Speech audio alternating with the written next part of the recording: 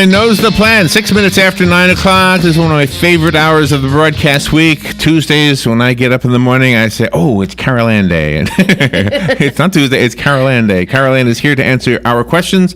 I say ours because I'm kind of jumping on board with this whole thing. Sure. But the advantage I have is I don't have to call a number. But you all do. You have to call 622-9622 if you want to ask Carol Ann a question, and we invite you to do that. And anything goes, as long as it's sort of kind of garden related. Yeah, Good morning, Carol Ann. Good morning, Larry. How are you? I'm good. Good. Yeah, it looks like today, just looking around, seeing what's been going on over the last couple of weeks. Let's talk about the drought. I mean, we've got Did it rain where you are? No, it has not rained at my house. I saw a post on Facebook when I first came in. Someone I know who lives in the county, she had rain this morning. This morning, okay. Yeah, this morning. Over the weekend, I drove down to Melbourne, and we did not drive in rain, but you could see that it had rained in like Sanford and places like that. And watching the news last night, I guess they got quite a bit of rain to that same section again last night or yesterday. But we haven't. Yeah, we're in a drought. There's a lot of things to not do, as well as things you can do in your landscape in order to help your yard and your landscape to survive this and thrive. I mean, nothing. I have a feeling this year we're going to be minimal bloom. Just looking out across here again, that's my only focal point of a garden while I'm sitting here on the air. Is what's right in front of me, and the grass under the horses. It's like, somebody please bring these guys some hay. The grass is brown. Just 2 weeks ago, we had a small amount of rain, and that had greened up some out there. Yeah. It's brown. It's brown out there, and so and there's not much. And of course, this is not an irrigated area there, and a lot of people here in Ocala don't have irrigation in their landscape, and you just are going to have to kind of deal with that. The lawn is stressed. If you can water following the Water Management District's restrictions, and water thoroughly. You may not see it green up.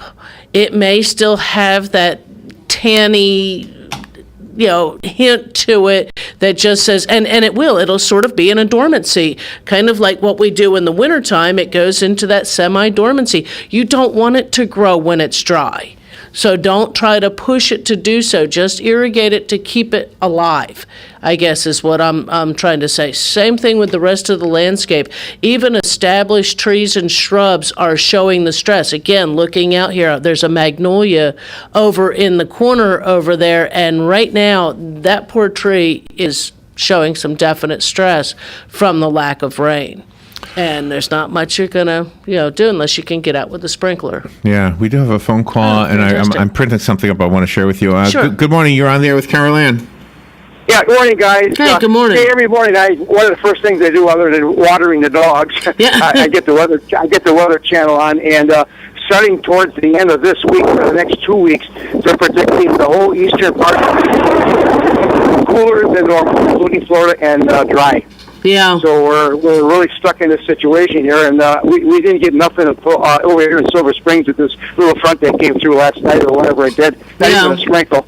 But it doesn't look good. It's the only thing we can wait for is when we get the stuff off the ocean and the Gulf. The air mass collisions and stuff, and that might be several weeks away yet. And it could be, just because I guess this was some type of cold front that actually came down in that brought some of that moisture in, and I just think our humidity levels, just not enough moisture in the air to have brought much of any rain to anybody else, and so. Yeah. Thank you. Oh yeah, that's a good one. It's just a matter of time. I just think we are into, and I could probably find it if I did some research of that we are entering into a drought period. We go through cycles of weather, as with the whole rest of the country. Florida's a little more isolated, but if you think about it, it's something my husband pointed out to me, a couple years ago. If California is cold in the wintertime, we're warm. If they're warm, we're cold. California is out of a drought. we're going into one. That's interesting. So it's the weather patterns, that come across. So just think, and it can take us, 4 or 5 years to truly come out of it, even when rains begin to come back again, which I'm expecting an extremely dry year. We're already, I believe it's 14 inches below normal or below average for the year, let alone the end of last year, just for this year alone. Just like I mentioned earlier on the Weather Channel there, like you pointed out, starting up towards the end of the week for the next 2 weeks projected ahead, the eastern part of the country way below normal and dry, the western part of the country way above normal and wet. Right. And so it's one of those things. It comes across the continent. We're a big place.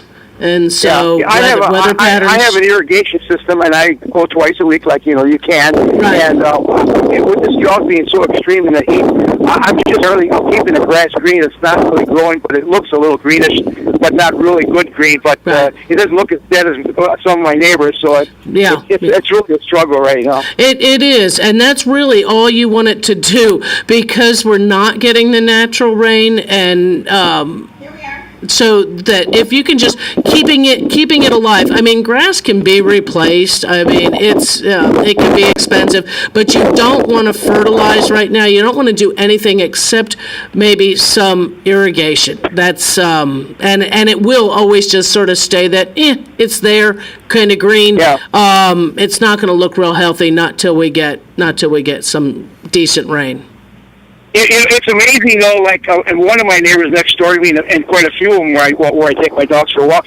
The grass it looks terrible, and every year it looks like that this time of year, almost every year. But it's amazing how that grass comes back to life when you get rain. It's just amazing. Rain contains nutrients that I think are filtered out when the rain hits the ground, filters down to the aquifer, and then we stick our well in the ground and pull it back up. It's different water. It's, it has changed on the mineral and that kind of thing, properties of that water as compared to when it first hits the ground. So there's, and we always say with the lightning, when you get a lightning storm and you get the rain with the ionization of that water molecule when that rain first hits that ground, and you see everything pop, trees, shrubs, lawns, everything just has a new vigor and a revitalization. And I think that's because that there is actual nutrition in that water itself. Yeah.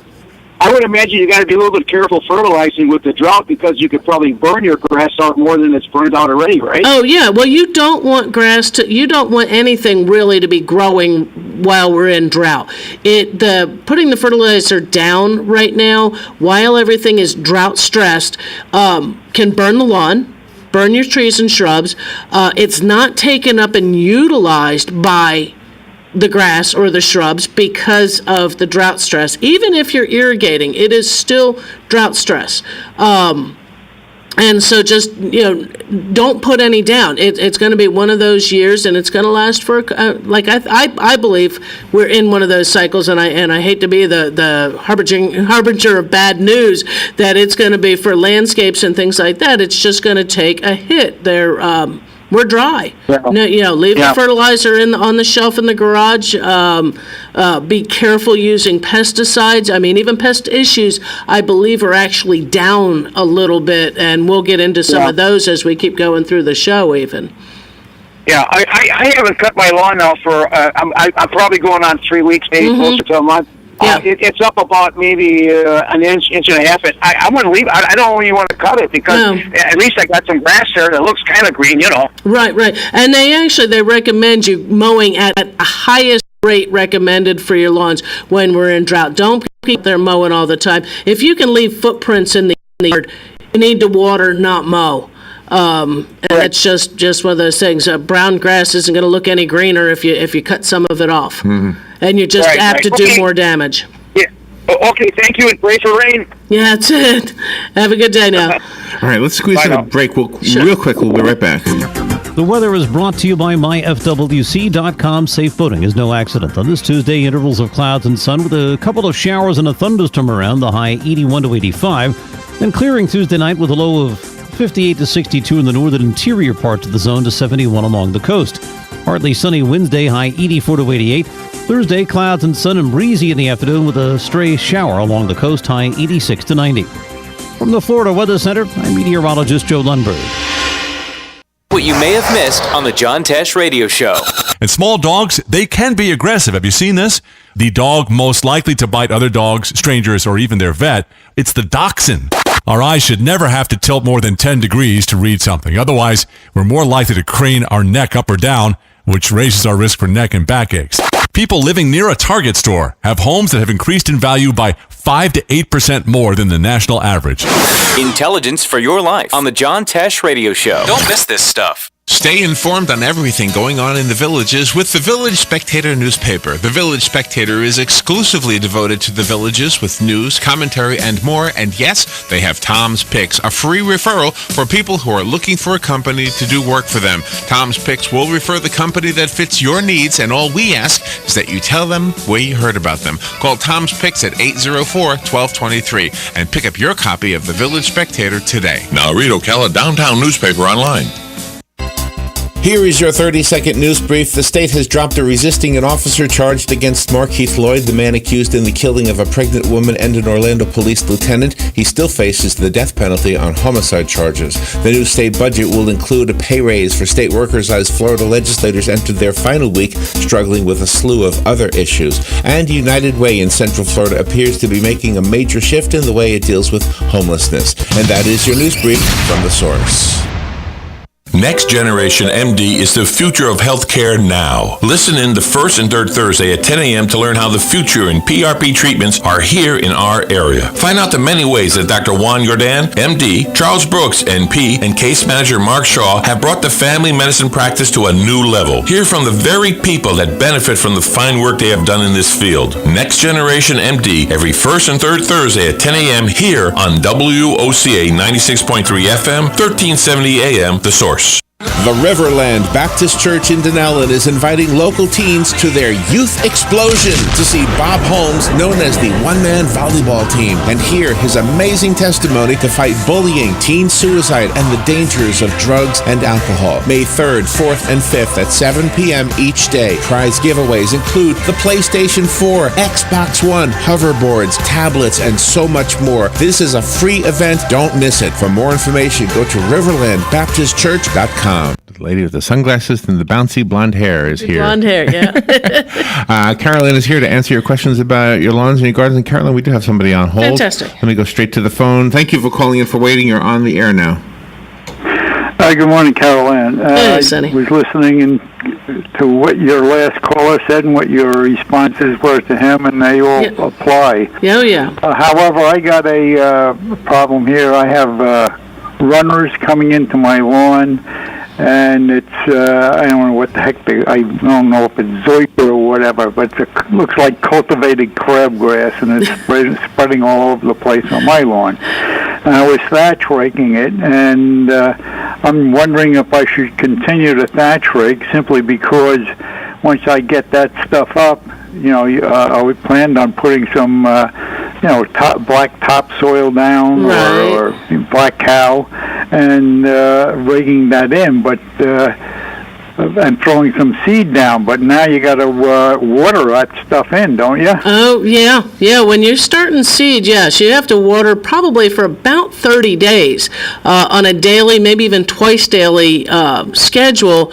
I would probably wait on any lawn revitalization kind of thing, just because once you get that grass, say you get it all raked out nicely, you put your layer of topsoil or black cow or whatever down, and you put your seed down, you get water in that, and you get it germinating and coming up, that grass is still going to need water, and without having rains coming in, or that we're not even sure that we will get a decent rainy season to come in, I'd be a little hesitant to start it.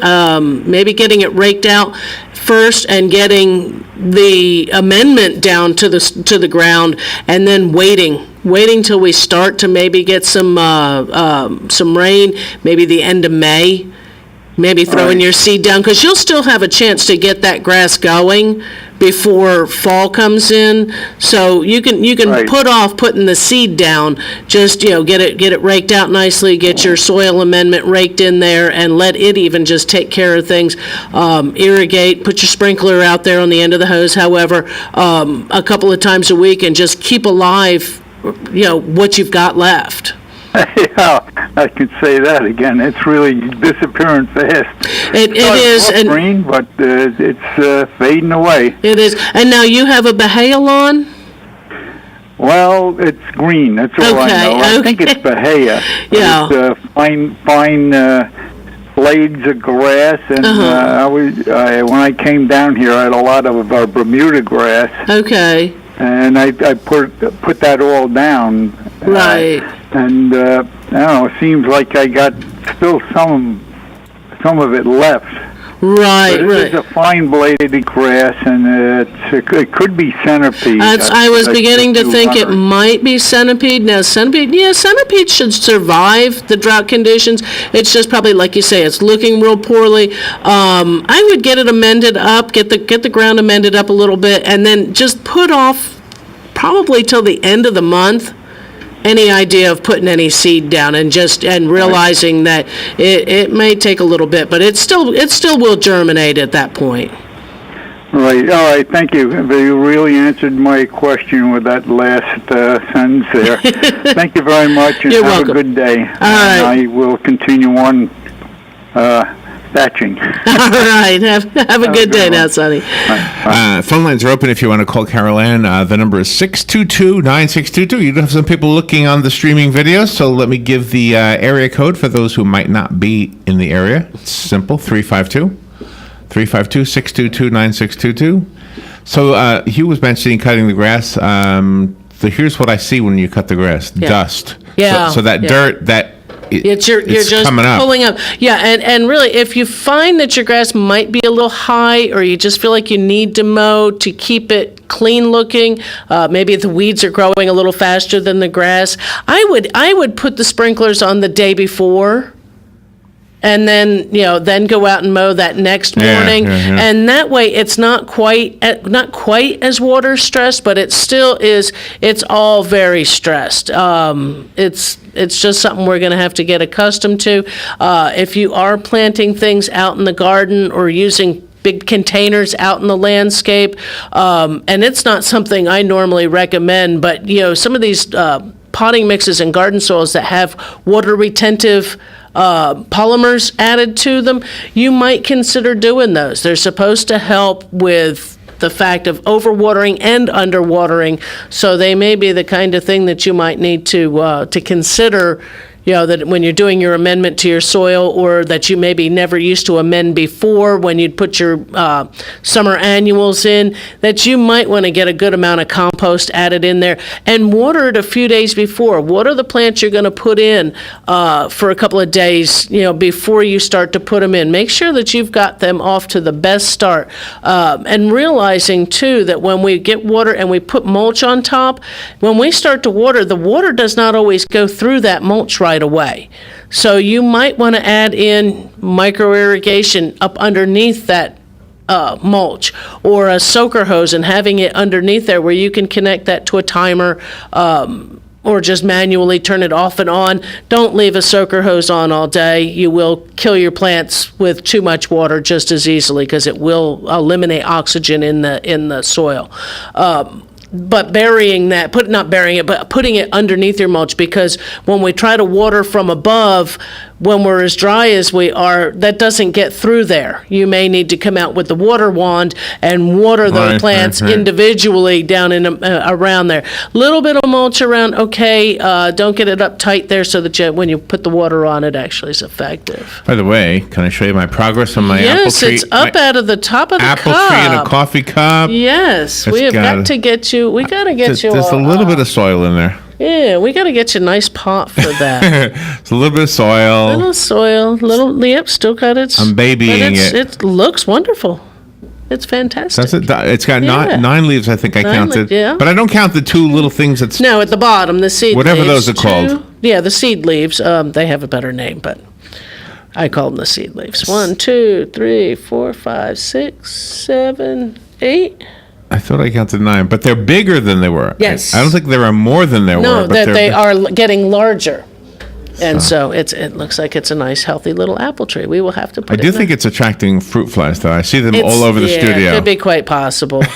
Time to put it in the dirt, in some soil. And that'll potting stop the mix. fruit fly? Quite possible. Yeah. Well, they might be coming because there's like an old apple core in Right, there, too. right, and that's why I say it needs to go into actual soil or potting medium.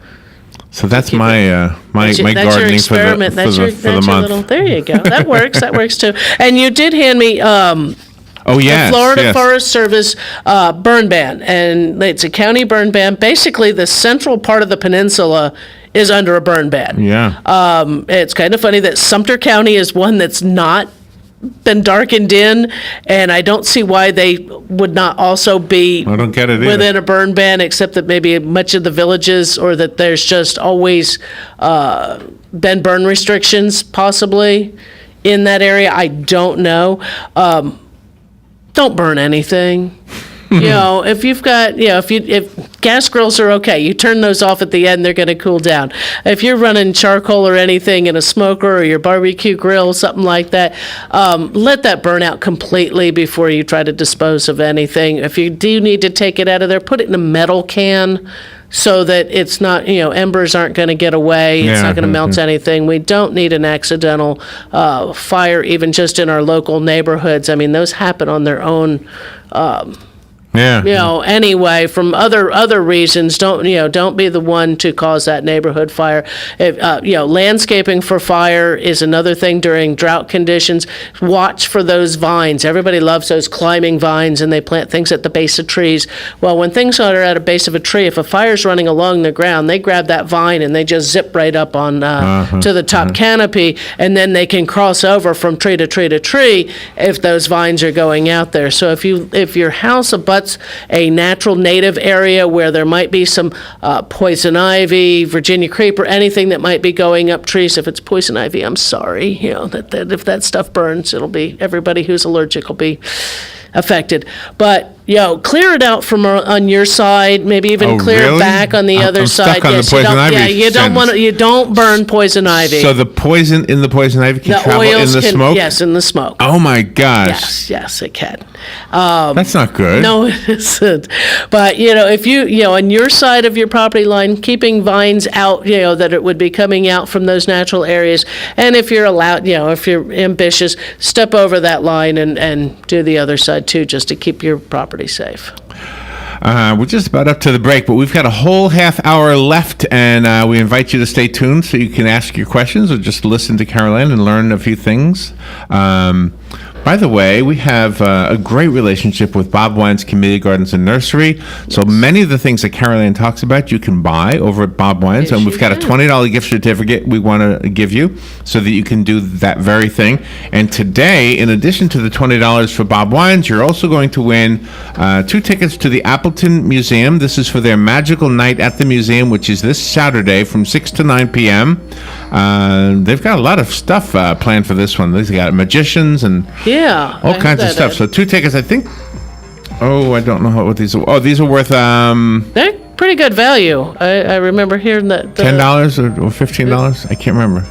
10 to 15, depending if you remember or not. Okay. $10. Okay, thank you, Robin. All right, so the $20 for Bob Wines, $20 for the Appleton. Call me if you want, and we'll be right back. News Radio, I'm Lillian Wu. Americans urged to be careful when they travel outside the country. The State Department out with a warning. Extremists continue to focus on tourist locations, transportation hubs, markets, shopping malls, and local government facilities as viable targets. In addition, hotels, clubs, restaurants, places of worship, parks, high-profile events, educational institutions, airports, and other soft targets remain priority locations. Fox's Griff Jenkins. President Trump says under the right circumstances, he would meet with the leader of North Korea. This is tensions rise there. The administration's been turning to the international community for help. Senate Democratic leader Chuck said the president is going about the North Korea situation all wrong and that he's leaning on China too much. Fox Radio's Rachel Sutherland. And for the first time, U.S. officials link a faulty hoverboard to a deadly fire in Pennsylvania, which killed 2 young girls. Fox News, we report, you decide. My number 2 does not look like a number 2. I don't know what to call it. Is there a number 3? Table for 4, please. Anything close to the restroom. A middle seat with these stomach problems? That's my fear of flying. Sound like you? If it does, you could be one of the many people with a digestive condition called exocrine pancreatic insufficiency, or EPI. Even if you don't know what EPI is, you might know the symptoms: frequent diarrhea, gas, bloating, stomach pain.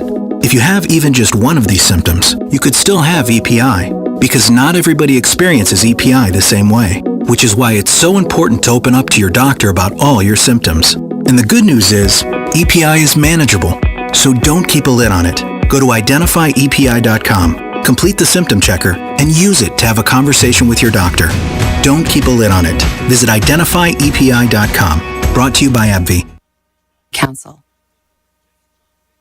Next Generation MD is the future of healthcare now. Listen in the first and third Thursday at 10 a.m. to learn how the future in PRP treatments are here in our area. Find out the many ways that Dr. Juan Jordan, MD, Charles Brooks, NP, and case manager Mark Shaw have brought the family medicine practice to a new level. Hear from the very people that benefit from the fine work they have done in this field. Next Generation MD every first and third Thursday at 10 a.m. here on WOCA 96.3 FM, 1370 AM, The Source. Did you know Ocala has an award-winning adventure park? It's the Canyon Zipline and Canopy Tours.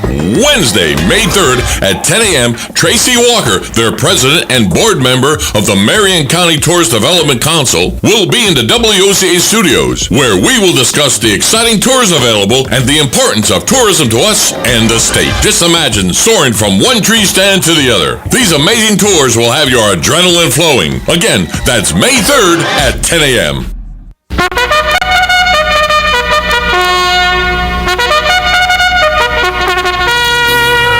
Did you know that most of the horses in the 2017 Kentucky Derby have connections here in Ocala? Join us this Saturday for live coverage from Churchill Downs with a focus on the local horse capital connections, plus national race coverage too. Tune in this Saturday from 4 to 6:30 for the best in coverage of 2 most exciting minutes in sports. The weather is brought to you by myfwc.com. Safe boating is no accident. On this Tuesday, intervals of clouds and sun with a couple of showers and a thunderstorm around, the high 81 to 85. And clearing tonight with a low of 62 in the northern interior parts of the zone to 71 along the coast. Partly sunny Wednesday, high 84 to 88. Thursday, clouds and sun and breezy in the afternoon with a stray shower along the coast, high 86 to 90. From the Florida Weather Center, I'm meteorologist Joe Lundberg. WOCA gets results. Look at advertisers just because they saw the success of the help we gave to a nonprofit. That's what I like. The Marion County Literacy Council. Vets Helping Vets, the Arnett House, Habitat for Humanity, and what goes around comes around. So many great advertisers have chosen WOCA to advertise their services and their products simply because they saw the power during a public service campaign. WOCA gets results. Hey Ocala, this is Kelly Hart, Executive Editor of Ocala Magazine. Did you know last year Ocala Magazine won more awards in excellence than any other publication in Florida? And this year, Ocala Magazine was named Best Consumer Magazine in the state. Now you can join me every Friday at 10 a.m. on Ocala Magazine Radio, where we bring the pages of Ocala Magazine to life, right here on The Source. Ocala Magazine thanks you for making us number one. And remember, there is only one Ocala Magazine. All right, my phone is almost out of battery, and I'm trying to take a picture of my apple tree in a cup so that I can put it on in the Gardens Facebook page, which I just went to, by the way. Yeah. So good morning again. Thank you, Carol Ann. Thank you, everybody. The phone line is open. If you have a question for Carol Ann about your garden, you're welcome to call. The number is 622-9622. You know, the other day I went to for the very first time was that auditorium by the Ag Center. Oh, yeah. What is it called again? Is there a name for it? I don't think the auditorium has a name. Oh, doesn't it's it just needs a that the name? extension auditorium. Yeah, but it probably does. I don't know if it has a name. Yeah, you usually have like the livestock pavilion has that name, and what's our horse is it named? It might be, but nobody told me. I just as something. If you've got any gardening questions, or if you're in the Bellevue area and you've got a plant thing that you want to take in and ask a question about, this Friday 5th from 10 to 1 is the satellite plant clinic at the Bellevue Public Library from 10 to 1.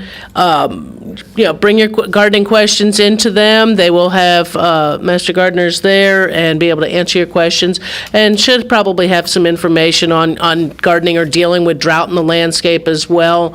Hopefully they've got some information on what the watering restrictions are depending on where you're at within the county, because some of it does depend on are you on St. Johns River Water Management District, or are you on the other one, Southwest Florida, and so it's some of that has to deal with that. So if you got any other questions that you don't get answered today, or you come up with something on Wednesday that you think of, either go to the Facebook page, which is in the garden. If you're not a member, ask to join. I will make you a member. No advertising, please.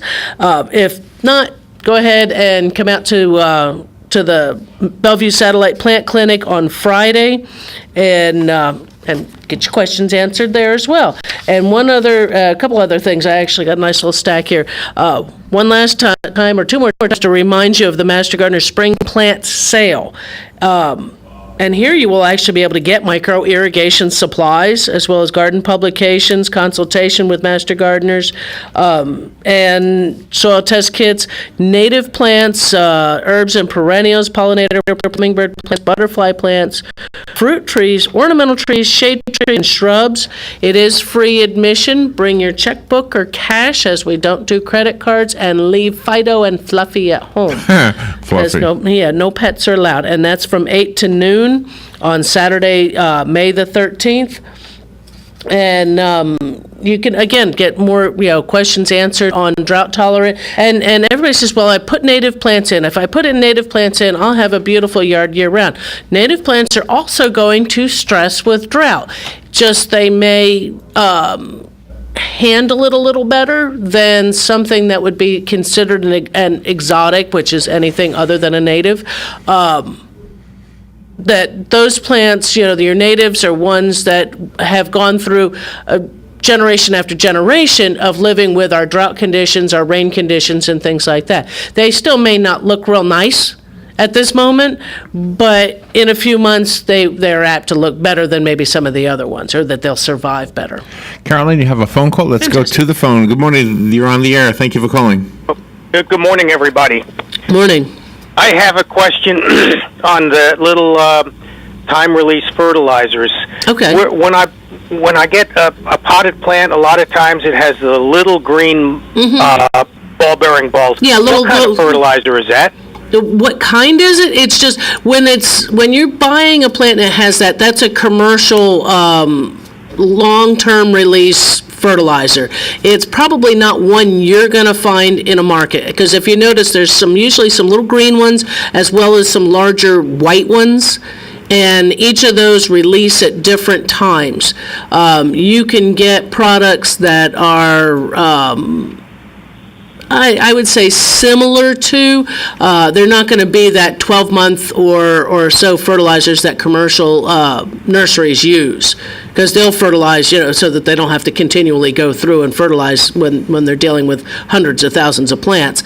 But you can do like I hate to throw out brand names, but Osmocote, Dynamite. I'm sure there's a couple more brands out there, store brands of these same type of fertilizers that'll last 4 to 6 to 7 months at a time when you use them.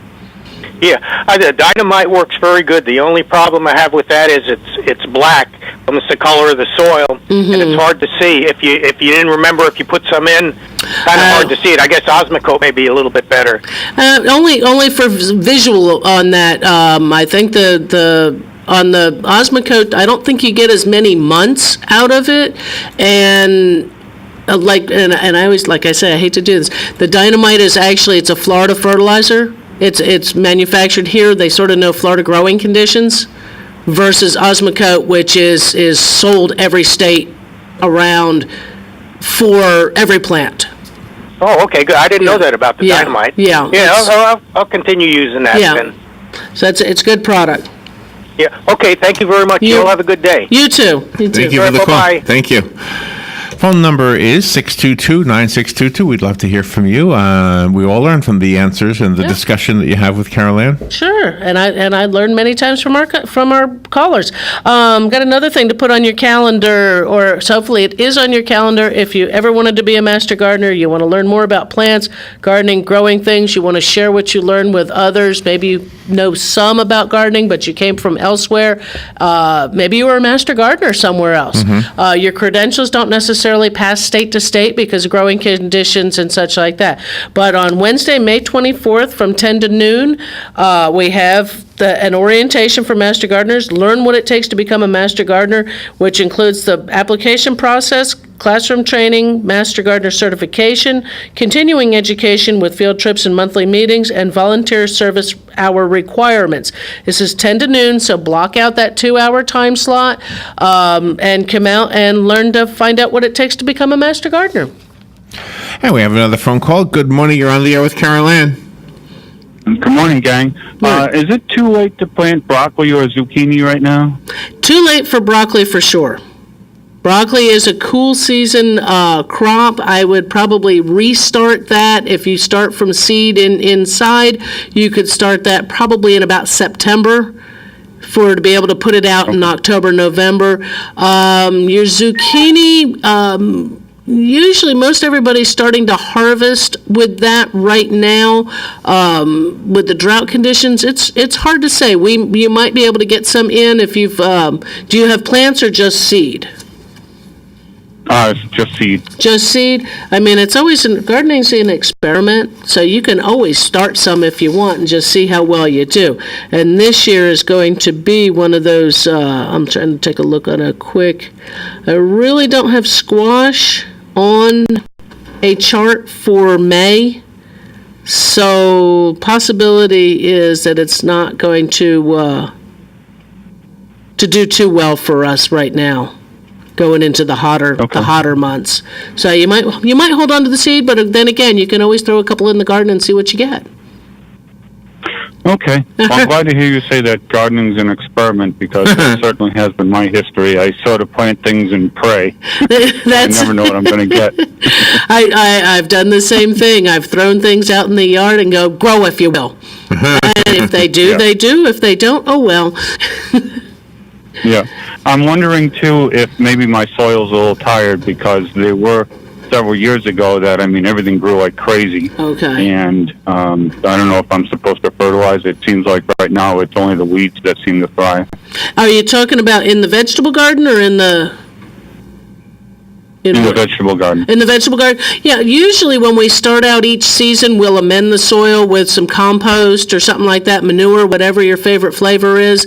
A good 2 inches added to the garden, and then fertilize either when you plant or shortly thereafter. That each plant is going to need fertilizer, and it will need a little more fertilizer as they begin to grow. I know I know my garden, my stuff's going to start to need a little more fertilizer now. It's been a few weeks since I put any down, so it's time to top dress again. Well, that's certainly where I've been neglecting. So, all right, thanks very much. No, you're welcome. Oh my gosh, we're up against the next break already. Thank you for the call. We'll take a little break and be right back. The phone number, if you would like to be on, we've got 15 minutes left after the commercial, probably about 12 minutes left. So the number is 622-9622. We'll be right back.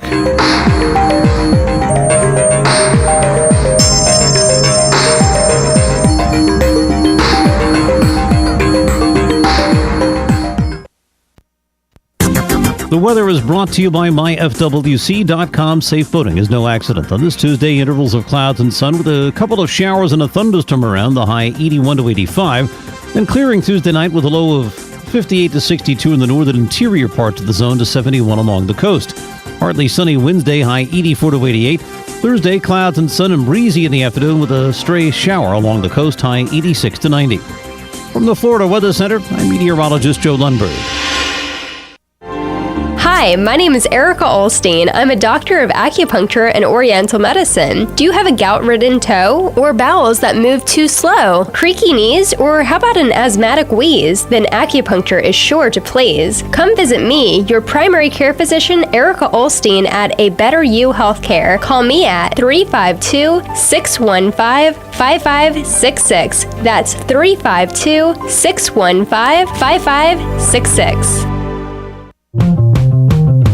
Hey, this is Matt Wilkerson from Verizon. You work all day, right? So why would you want to spend your night out shopping for that new phone? Well, Marion County, let me and Verizon help you out. I can deliver to your home or office, saving you precious time. Phone, tablets, internet, home phones, even accessories. Whatever you need, we will deliver free of charge. Call me at the store, 352-528-0020. That's 528-0020. Did you know Ocala has an award-winning adventure park? It's the Canyon Zipline and Canopy Tours. Wednesday, May 3rd at 10 a.m., Tracy Walker, their president and board member of the Marion County Tourist Development Council, will be in the WOCA studios, where we will discuss the exciting tours available and the importance of tourism to us and the state. Just imagine soaring from one tree stand to the other. These amazing tours will have your adrenaline flowing. Again, that's May 3rd at 10 a.m.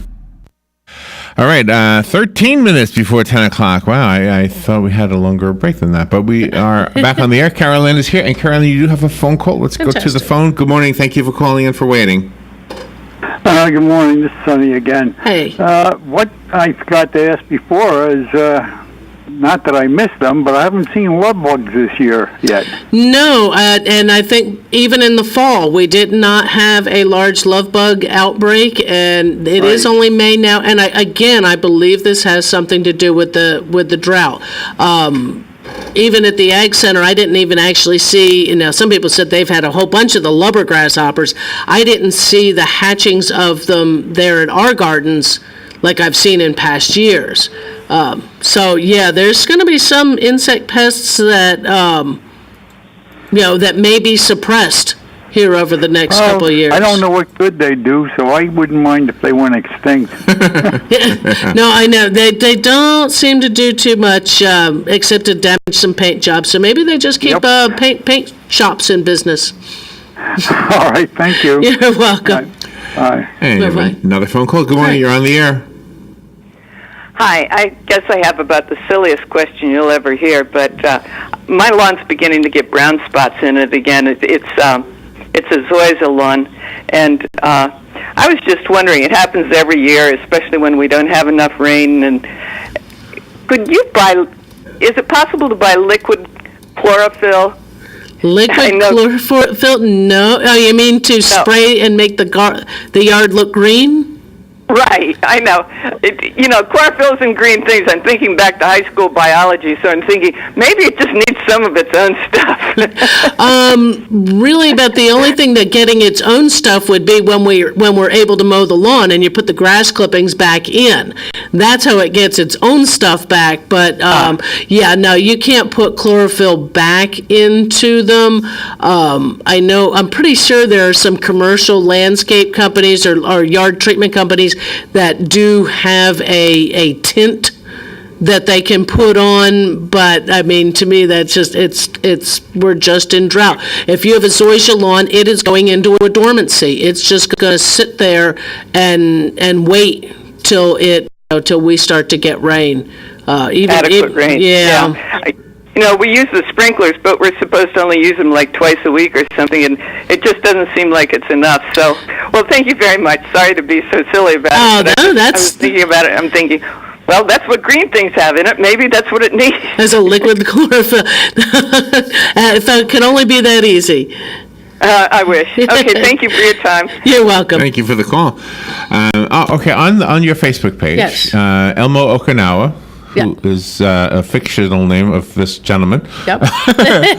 A really nice guy. He wrote you and explain what he did. He said he goofed. Last year I did not finish using a bag of fertilizer. Long story short, now have what looks like a bag of concrete. Yeah. Because moisture will get into them and they can, and depending on what kind it is, sometimes I have one too that I really have to beat up. It's or an organic one that you would actually mix with water. So if I want to use it, I beat it up as best I can and throw a lump in the watering can and put some water in there and just let it sit for a while, or in a jug, so that I can shake it up and help to dissolve that. If it's those kind of fertilizers, you can still use them. They haven't really gone bad. They're just hard. Taking a hammer to them. Trying to break them up. If it's a granulated fertilizer, usually you can take and beat them up, that same kind of way. See if you can get it spread out with something that you can cover it with, and just beat on them and use them. Or I think his response was, he think he'll try a little water in a bucket and see if that works, and it should be able to dissolve it enough. Even a granulated kind. It's just you got to be real careful if it was a granulated, trying to get that spread out, because that's going to be really concentrated. And it'll still be good, huh? It should still be fine. Again, though, this year, trying to fertilize much of anything except for you're really just going to keep things going. I've seen a lot of people, or had a lot of people have come into the store and they've said, this plant just isn't flowering the way it used to. This time last year I had all kinds of, flowers, and now this year I don't. Should I do this? Should I do that? And I just think we're going to see that a lot this year. So watch how much you do prune off. When you're trying to think maybe that you can revitalize. It's all a matter of water. Without water, nothing's going to grow the way you want it. And even, again, I mentioned native landscapes and things like that. They may be looking a little prettier than some other things, only because they maybe adapt or acclimate a little better into that. But even they will stress they just may survive a little easier on what little amount of water that we're getting. Even the ornamental grasses out here on the corner, even those have got a lot of brown in them that normally this time of year they would be wonderfully green. Rainwater. And I did see that they turned on the irrigation out here, at least for a short while, or one pop-up came on. Really? But I think they're working on it, because I saw a couple of gentlemen walking by with looked like sensors or something like that maybe needed to be repaired. Oh, he is. So we see the plants are not doing real happy. This is something you can put on your calendar in a few months, and I know we always laugh. I talk months and months in advance, but I'd be remiss not to let you get it on your calendar now. It's the fall Florida-friendly landscaping for homeowners workshop. Learn the best management practices, which we call BMP, for healthy landscapes. Is your turf maintenance tiring or terrific? Is plant care costing you dearly or worth every penny? Is your yard hard or easy on your eyes, health, and wallet? In 4 weeks, learn the principles to help manage and maintain your landscape while helping you save money, time, and resources. It is a $5 fee, $5 registration for all 4 classes. And they begin October 3rd. They're all on Tuesdays in the afternoon, October 3rd, October 10th, 17th, and 24th from 2 to 4 p.m. at the Dunellen Public Library. So if you need any more information on that, you can call over to the Extension office at 671-8400. But just a little something, we'll talk more about it as that time approaches. And hopefully in a few weeks, we have a couple of new people over at Extension office.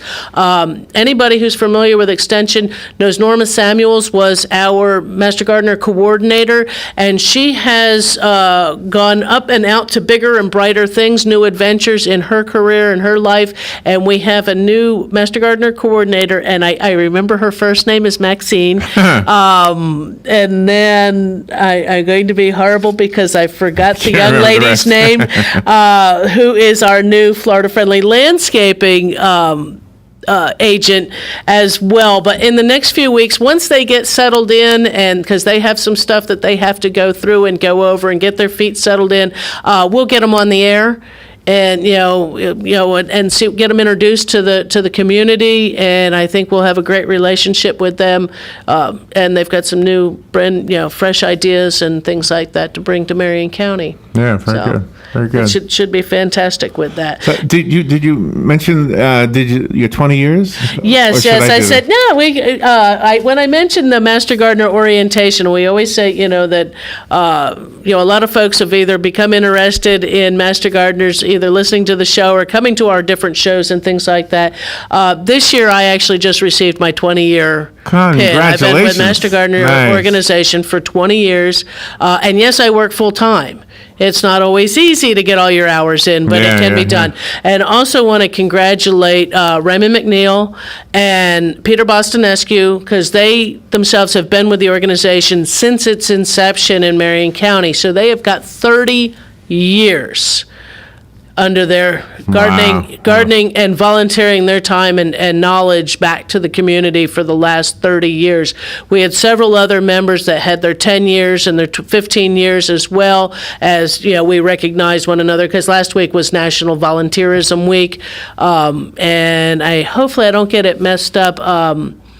Our Lifetime Achievement member was Miss Jo Leite Vidal, and she received our, this year's Lifetime Achievement Award, and Miss Connie Bombest had gotten the Master Gardener of Excellence, Award of Excellence from us. I have a question for you. When you go to the interstate now, you see they planted all these palm trees along the, okay, and it's not unusual in Florida. There's a lot of palm trees, exits like that. Right. And Ocala itself, I mean, if you can go back 30 or 40 years, there was very few trees lining the roads in the downtown area anyway.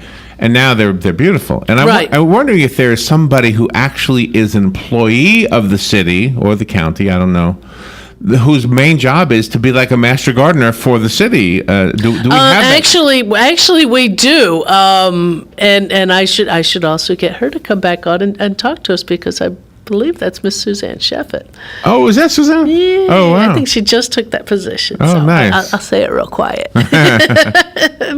I will find out. I'll talk to her and see whether or not we can get some information on that. Now, when it comes to the roads and stuff like that, a lot of that's DOT, Department of Transportation, on a lot of that, because there are certain restrictions on what can be planted on the roadways, the height, either the mature height of a shrub or the height of where the limbs can begin on a tree and things like that. And the same thing on the highways. I think it's going to probably be Florida DOT, where you have your exits and things like that, because you'll notice up and down I-75, some of those all look the same. So it's probably state DOT. That's nice. That. But it's something, it gives you that whole thing of, hey, I'm in Florida, guess what? And so there's a palm tree. Whether or not they're good for this area, who knows?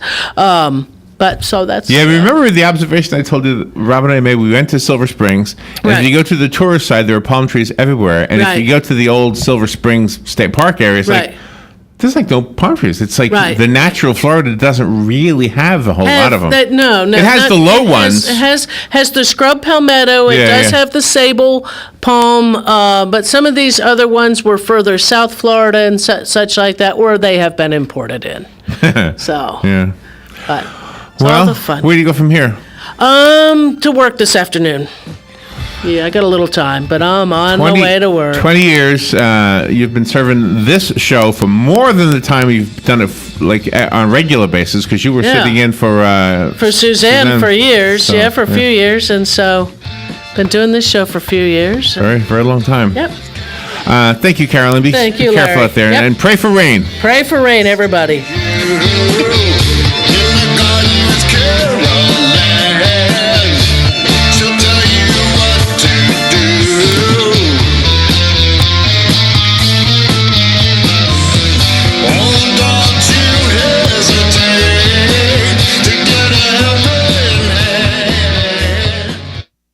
Broadcasting from the Paddock Mall Studios, this is WOCA, Ocala, Gainesville, The Villages, 1370 AM, 96.3 FM, The Source.